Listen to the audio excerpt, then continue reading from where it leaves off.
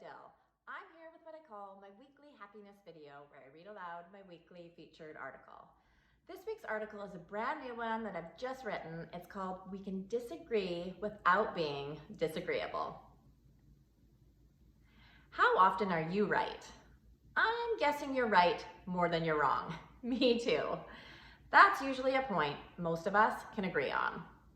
I'll never forget the summer morning I experienced a perspective shift on the cost of being right and the value of disagreeing with grace. It started with a knock on the door. My husband and sons tease me relentlessly for being slow and cautious to answer the door, especially when I'm not expecting a knock. This particular time, I opened the door without caution. There stood two men, and from what I judged, they were looking to give me a sales pitch on their religion. Normally, I would be polite and to the point. I'd let them know straight away I'm not interested, and then I would quickly close the conversation. I would walk away, usually feeling slightly irritated that a stranger came into my space uninvited, looking to change something they would never be able to change. That's what I would typically do, but this day was different. This time I approached the conversation grounded in my truth and also open to discovering what motivated them. I was genuinely curious why they approached perfect strangers on a sunny morning from my viewpoint with a deeply personal topic that they thought they had a right to change. It turns out this particular conversation was not at all a sales pitch or a heated argument or even one that felt judgmental. It was a back and forth discussion about differences of opinions. It was a discussion I thoroughly enjoyed and was equally surprised about. At one point in the conversation, I shared that I usually don't answer the door when I see them coming because I'm not interested in changing this part of my belief system. I told them that I don't like arguing or feeling judged. One of the men said something that has stayed with me ever since. He shared that we can disagree without being disagreeable. That statement felt right in my bones. I didn't change my opinion or belief on the subject matter, but I viewed these two men I had formed a judgment on in a whole new light.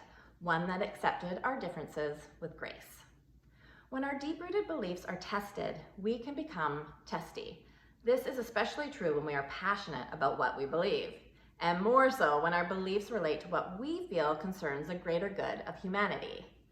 All throughout history, good people have stood their ground, have fought with their lives on the line, have lost their lives, all in the name of taking a stand for humanity. The act of disagreeing or taking a stand isn't wrong. It has led to some of the great freedoms many of us enjoy today. We need people to disagree and take a stand so voices that wouldn't be heard are heard, so injustices that would be left in the dark are brought to light, and so little by little we can inch our way closer to a world that values equality and humanity, or in the very least so we can live in a world where we stop dehumanizing each other for differences of opinions or ways of living. We aren't all going to get along in the sandbox or agree on what we should build, but there's no reason why any of us should throw sand in each other's eyes while we play. It's not helpful and it's not necessary. As human beings, we are complex. We are neither entirely good nor bad. We have goodness within us and we also have darkness within us. We have the tendency to judge and we also have the tendency to feel compassion and empathy for others' struggles. Some of us are more well practiced in these areas. Let me reframe that. Some of us believe we're more well practiced in these areas than others. Often, that's where the problem originates. It's when we believe we are better than others, that we know what's best for others, or that our way is the right and only way. Why do we human beings do this, you may ask? I don't have the answer that will likely feel right in your bones. What I do have is my sense and perspective that feels right in my bones. That's truly all any of us has, our own unique perspective on life, perhaps another common trait we share. Here are some simple reminders I turn to as a way of remembering it's possible to disagree without being disagreeable. A sentiment eloquently shared to me by perfect strangers on my doorstep. Maybe these reminders will be helpful to you too. Be ready to steady. When you're passionate and ready to take a stand on something that's important to you, see what feels different when you steady yourself first.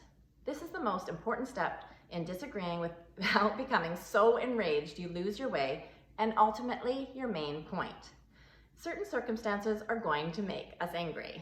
We can use all of our feelings to help fuel and guide us. When we pause to steady ourselves first, we are able to clearly articulate our voice and pinpoint from our raw truth instead of from a place of attack. Steadying yourself has a lot to do with nurturing yourself. In order to not behave like the frazzled 3-year-old who is ready for a nap and will throw a life-size tantrum to make the point, take care of your fundamental needs. Stay hydrated, get adequate sleep, move your body to your ability, nourish your body with healthy food. Breathe. These are basic yet often overlooked steps we can take to bring our voices forward in a way that feels aligned with our truth. Be what you seek. When you take a stand or want your voice and opinion heard, do you sometimes forget to deliver it in a way that's aligned with what you're actually taking a stand on? What I mean is, if you're wanting a particular resolution, but you deliver it in a way that is combative or polarized, the actual message kind of gets lost. I am guilty of doing this. When I want my kids to stop wrestling or to quiet down or to hustle up and get ready to go out the door, and I lose my mind and yell at the top of my lungs, very rarely do they listen. But if I approach them quietly and calmly, or I silently come into their space, they freeze. I can see the confusion on their face. They give me the "what's wrong with mom" look. Every time I approach them in the same way I'm wanting them to be, it has a way of working out more peacefully. At the very least, when we be what we are seeking, we feel better inside. Be open to curiosity. It's not usually what we disagree on, it's how we disagree that matters. If everyone in the world behaved the same way and we all approach life in the same way, it would be super weird. Diversity is what makes the world beautiful, both in nature and in human nature. When we are curious, it doesn't mean we are accepting someone else's view as our own. Being curious is about being open and interested to view the many different ways you can get from A to Z, or in this case, the many ways you can live a life from start to finish. See what shifts when you give someone you disagree with space to share who they are and how they feel. Curiosity has a way of softening a conversation so the disagreement can move from being a personal attack to merely a difference of opinions, two very different stances. And finally, be kind. Above all, be kind to yourself and be kind to others. That's not a tall order for any of us. If you feel attacked or you disagree so strongly you have no interest in working something out, that's okay too. We aren't going to like everyone we meet, and everyone we meet is not going to like us. Love yourself and your fellow humans enough to know that each of us is trying our best. It's okay to set healthy boundaries without justifying or giving a long explanation. If someone insists on disagreeing with you in a very disagreeable way, don't engage. Don't allow their darkness into your spirit, as you'll be sure to pass that darkness along to someone else. When people who don't know me say mean things, especially on social media, I follow the block and delete method. It's like zapping the negativity away so I can take care of myself and maintain a kind heart. It can be tempting to lash out to others who hurt us or who hurt people we love, but the temporary satisfaction of the lashing pales in comparison to the lasting comfort of kindness. A little kindness goes a long way in how we choose to disagree with others. Give it a try. So that is our article this week. We can disagree without being disagreeable, and I will include a link below this video to the article in case you want to have a read through or you want to share it to somebody else. And I'll also include the link to my weekly happiness notes that I send out every Thursday morning. So if you haven't signed up for those free notes, I'll send a link for you to do that.